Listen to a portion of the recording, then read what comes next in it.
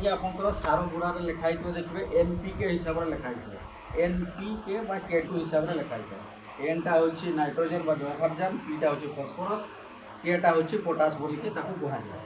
तेणु यही सब सार केते परिमाण आप जमी अच्छी कौटा कम अच्छी गछपाई कौटा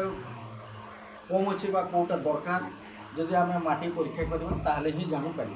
तेणु से अनुपात आम माटी को परिचालना कर ता छड़ा से गोटे अच्छी पीएच बा तार अम्ल बा क्षारीय जदि माटी एसिडिटी हो जाए आपन जिते सार प्रयोग करूँ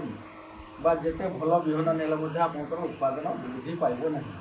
तार उत्पादक शक्तिटा कमी जाए तेणु जो माटी एसिडिटी हो जाए बा एसिडिक होता है से एसिड माटी को आमको शोधन करने पड़े